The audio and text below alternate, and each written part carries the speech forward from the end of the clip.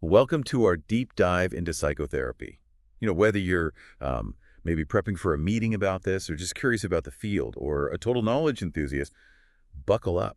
We're going to be uncovering what makes therapy work, especially these short-term types. You've got STDP, short-term dynamic psychotherapy, Yeah. and BPT, brief psychodynamic therapy. We've got a stack of research here, some expert insights too, all to figure out what makes a therapist effective. And what about you? What do you as the patient bring to the table? It's Ah, not all on the therapist, right? right. And it's so interesting how we often think, oh, a good therapist, it's all about their training, their degrees. But research is showing us it's this mix of expertise, yeah, but then personal qualities too. And that's something extra, almost like Right. an it factor. It's not just what's in the textbook, Hmm. right? There's this idea of the super shrink, these top performing therapists. Studies have compared them to others, and it's not about fancy certifications. What makes them different is fascinating. It really is. So these super shrinks, they don't just have empathy, they really show it. They're listening so intently, reflecting your feelings back, but with this nuanced understanding. And they genuinely believe their patients can change. Imagine that. Someone believing that strongly in your ability to heal and grow. Wow, yeah. It's like they're not just treating a problem, they're empowering you to be your best self. Yeah. But wouldn't that optimism, that unwavering belief, be tough to keep up, especially with those difficult cases? You're hitting on a key difference between them and therapists who are, less successful. Super strings actually kind of embrace those challenges. They see them as chances to grow.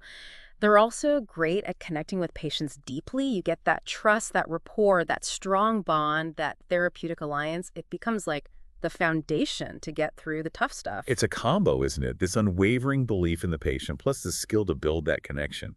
I bet it's powerful for the patient to feel that understood and supported. All right. But wait, it's not just one-sided, is it? The patient has a role too, right? 100%. Therapy is a two-way street, super interactive. The therapist brings their skills and personality, but you, the patient, you bring your own set of characteristics that are just as crucial. Think about it. Your willingness to really engage, to explore those maybe uncomfortable emotions, even just your capacity for self-reflection, Yeah. these all contribute. Even with the best super shrink, the patient has to be active, put in the work. It's a dance. Both partners need to be in sync. That's it. And, even things like how severe your problems are, your motivation level, your ability to form relationships, it all matters. Research shows patients with lots of distress, they might need more time to get those breakthroughs, that meaningful change. And get this, your motivation, it can actually influence which techniques work best for you. That's wild. It Yeah. really is like a tailored suit, isn't it? The therapist's got to understand your measurements, your style to create the perfect fit. Let's zoom in on BPT for a sec. It's known for having a clear focus right from the start. Is that just about squeezing things into a short time frame, or is there more to it? That's a really great question. While time limits are a factor, research shows this focus, it actually impacts progress. Therapists who really stick to that initial focus get better outcomes for their patients. Like you have a destination in mind when you set out on a road trip.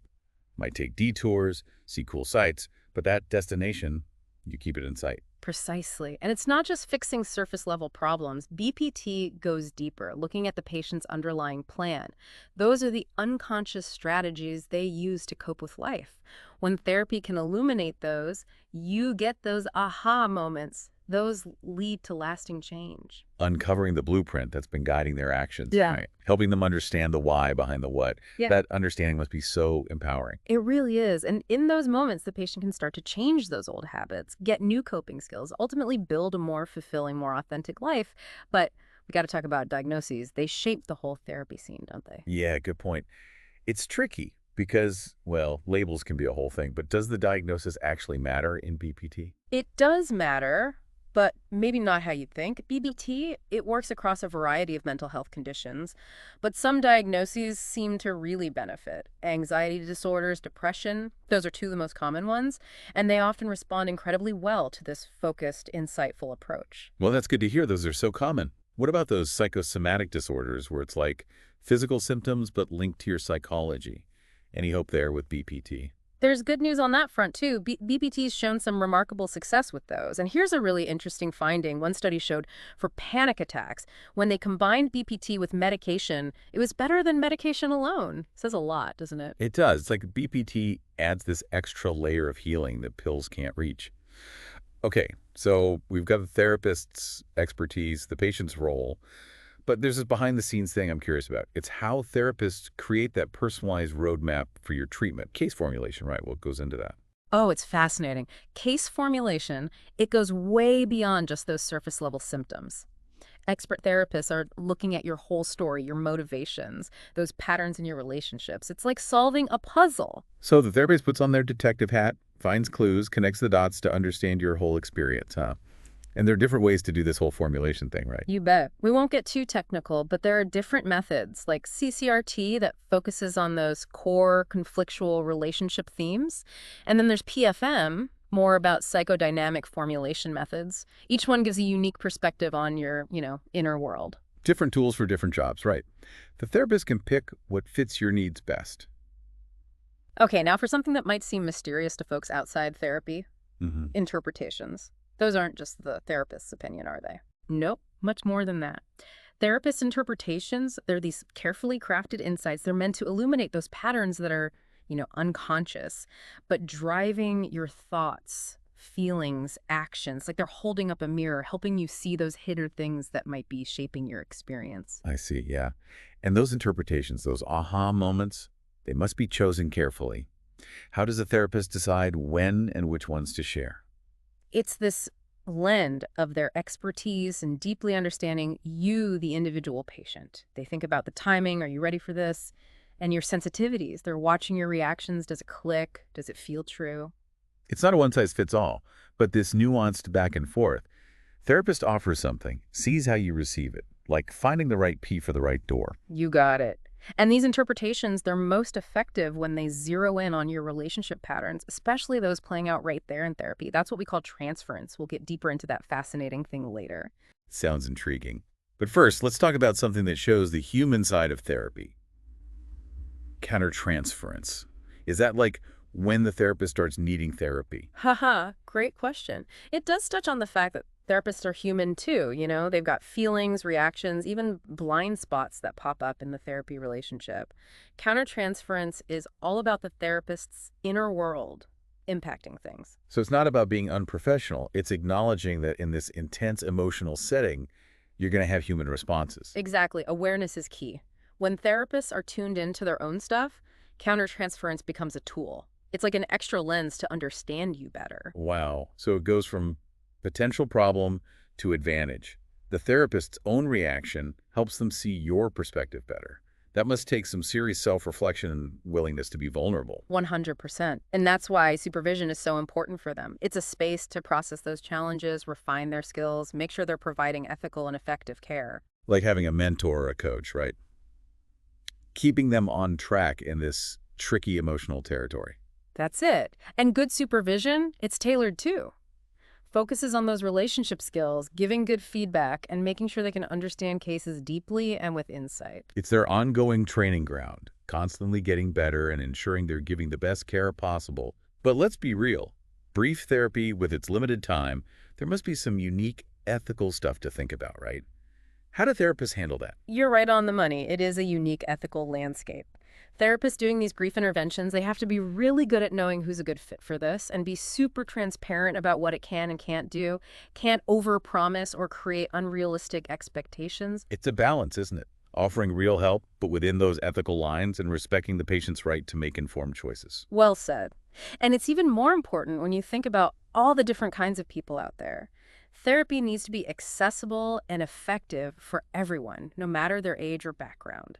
Speaking of age, used to be this idea that therapy was for younger folks. Not true anymore, is it? What about older adults? Can they benefit just as much? Absolutely. Age doesn't stop growth and change. Older adults can explore their inner world, process emotions, build a more fulfilling life. And the research backs this up. Many older adults are open to therapy and they see real positive change. That's fantastic. Never too late for self-discovery and healing.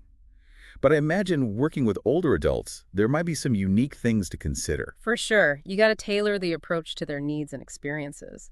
A therapist might be more mindful of physical limitations or bring in techniques like reminiscence, life review. Those can be powerful for older folks. Finding the right key for each person, acknowledging everyone's journey, is different. And that brings us to this question about why these shorter therapies, STDP and BPT, work so well. Is it just the time limit, or is there something more? It's fascinating, right? Research says it's a few things. Both these therapies, they stress finding that clear focus early on makes things efficient.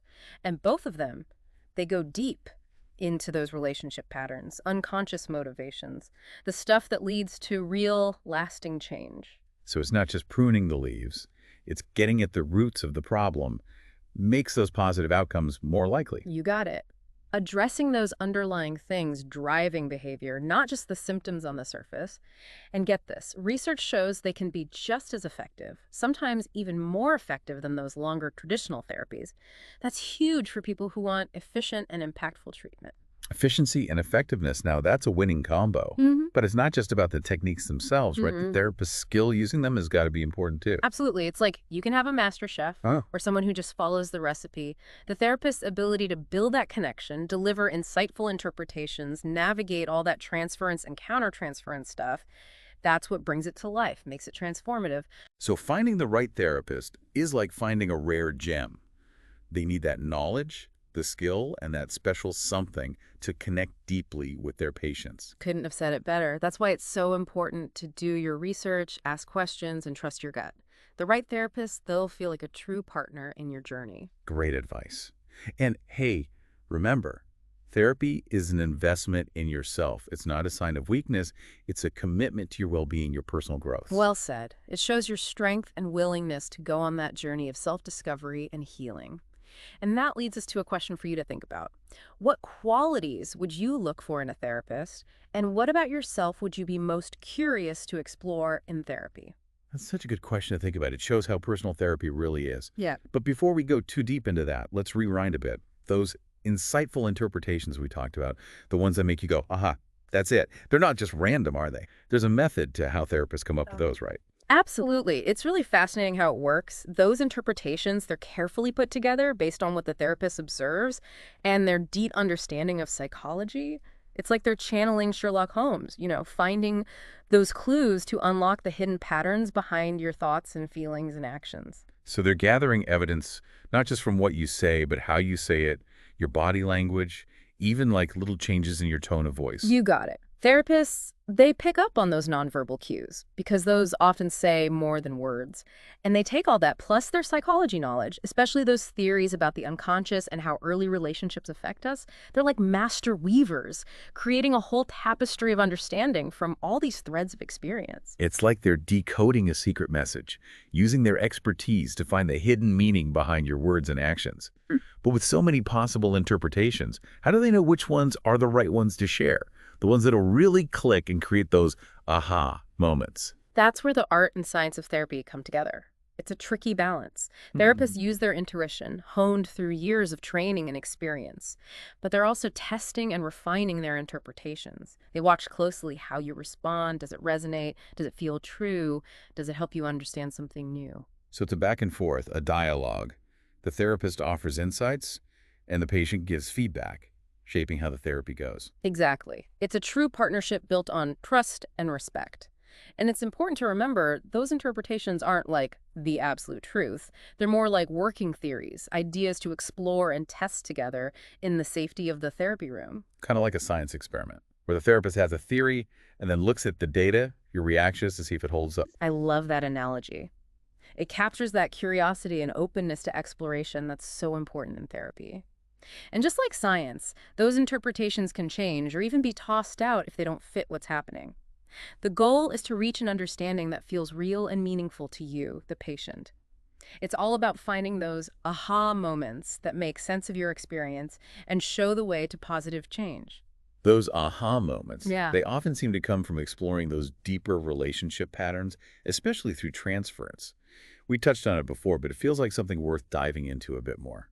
You're right, transference is a big deal in psychodynamic therapy. It's that phenomenon where, without realizing it, we repeat those early relationship dynamics with our therapist, almost like they become a stand-in for important people from our past. So it's like those old patterns, those ingrained ways of relating, they're still affecting us, even in the therapy room. Exactly. It's as if your therapist becomes a screen, and you project those unresolved feelings and expectations from your past onto them. You might find yourself reacting to your therapist in ways that are similar to how you interacted with your parents, siblings, or even, those early crushes. Like we're carrying around these old scripts, roles, and storylines, and we unconsciously cast our therapist in, apart from that old play. But why does this happen? What's the point of transference in therapy? Great question. Transference isn't about blaming the past or getting stuck there. It's about recognizing how those early experiences might be shaping your relationships now. By bringing those unconscious dynamics into the light, you can start to rewrite those old scripts and build healthier, more fulfilling relationships in the present. So it's like holding up a mirror to those old patterns and saying, hey, I'm not really reacting to my therapist. I'm reacting to these ghosts from past relationships. And once you see those ghosts, you can start to loosen their grip on you. Exactly. It's a powerful journey of self-discovery and change. But it takes skill from the therapist, especially in these shorter therapies. They need to spot those transference patterns, understand what they mean, and help you work through them in a way that makes sense and is sensitive to your needs. And that's where the therapist's own self-awareness, how well they manage countertransference, that becomes super important. Countertransference. That's the therapist's own stuff coming into the room. How does that play into things, especially when transference is going on? It's a delicate dance, for sure. Remember, therapists, they're human too. They have their own history, their own unresolved stuff. So when those transference patterns pop up, when you start relating to them in those familiar, often emotionally charged ways, it can trigger something in the therapist. It's like those transference patterns are throwing a boomerang back at them, hitting their own sensitive spots. So those old relationship dynamics are playing out on two levels, in the patient and the therapist. That sounds like it could get messy. It could. But here's what's interesting. Countertransference. When the therapist recognizes it and handles it well, it becomes this powerful tool for understanding. They can use their own emotional responses as data, giving them deeper empathy and insight into what you, the patient, might be going through. So it's like taking that potential mess and turning it into something beautiful, using those countertransference moments to understand the patient's inner world even better. Exactly. A therapist who's aware of their countertransference can often pick up on these subtle things and how the patient communicates, things they might miss otherwise. It's like having an extra set of eyes or maybe an extra heart in the room. Sounds like a high wire act, balancing your own feelings as a therapist with staying focused on the patient's well-being. What skills are needed to do that well? You're right. It takes self-awareness, emotional intelligence, and that commitment to always keep learning and growing professionally. Therapists who are good at managing countertransference, they often do regular supervision, personal therapy, and they're always self-reflecting. It's about knowing your triggers, processing your reactions, and making sure your own baggage isn't clouding your judgment. Like a good detective, you know? They can separate their own biases from the evidence so they can find the truth objectively. Great analogy. It shows how important it is to find a therapist who's not just knowledgeable and skilled, but also committed to their own growth and self-awareness. They need to be willing to look in the mirror, literally and figuratively, and use what they see to make the therapy better. It really makes you realize how human therapy is. It's not about being perfect. It's about being real, being vulnerable, and being willing to grow alongside your patients. Well said. And that brings us to the question of how therapists use this understanding of transference and countertransference to help their patients change.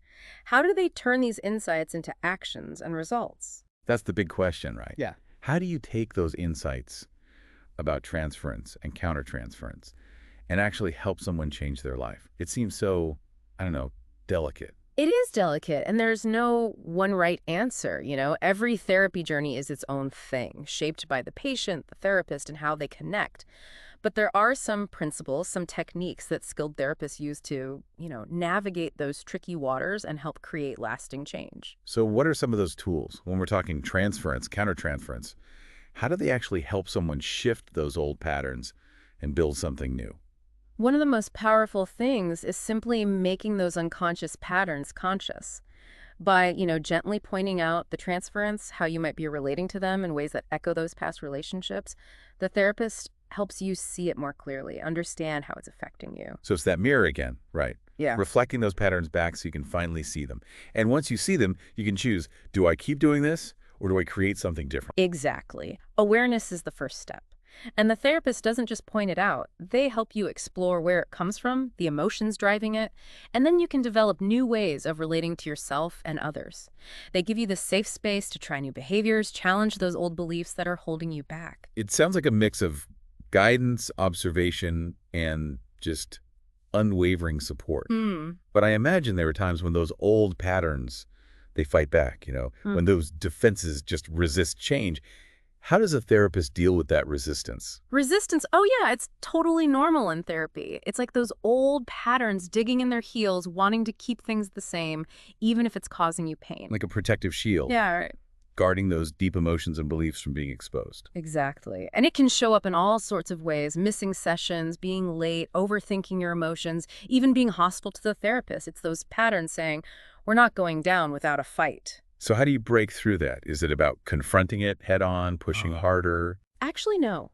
Confrontation usually just makes those defenses stronger. It's more about creating that safety and support so they can loosen their grip. So more about patience, understanding, building that trust so those defenses can kind of melt away. You got it. A good therapist will see those defenses, respect why they're there, and gently guide you to more self-awareness, more emotional honesty. It's like being a gardener, tending the soil, weeding out the resistance, creating the best conditions for growth and healing. I love that analogy. It shows that balance between challenge and support that's so crucial. But what about the therapist's defenses? How do they make sure their own countertransference isn't messing things up? That's the key, isn't it? And it's why self-reflection and supervision are so important for therapists. By being aware of their own reactions or own blind spots, they can actually use countertransference to understand the patient better. So those countertransference moments become clues, another way to see into the patient's world. Precisely. And it means getting feedback from colleagues, doing their own therapy, always working on that self-awareness. Being a therapist is a lifelong journey then, huh? Always learning, growing. Not just helping others, but understanding yourself better too. Absolutely. That's what makes it such a dynamic and fascinating field, always discovering, both for the patient and the therapist. Well, it's been amazing exploring psychotherapy with you. I feel like I have a much better grasp on what makes it work, especially those shorter dynamic approaches. Mm. And those insights into transference and countertransference, those hidden forces at play, that was really eye-opening. My pleasure. Really enjoyed sharing this with you and everyone listening. It's such a rich field, and I'm always happy to break down those concepts, shed light on the power of therapy to change lives. Speaking of changing lives, before we wrap up, I want to bring back that question you asked earlier. What qualities would you look for in a therapist? And what about yourself would you be most curious to explore in therapy? Oh, that's a good one.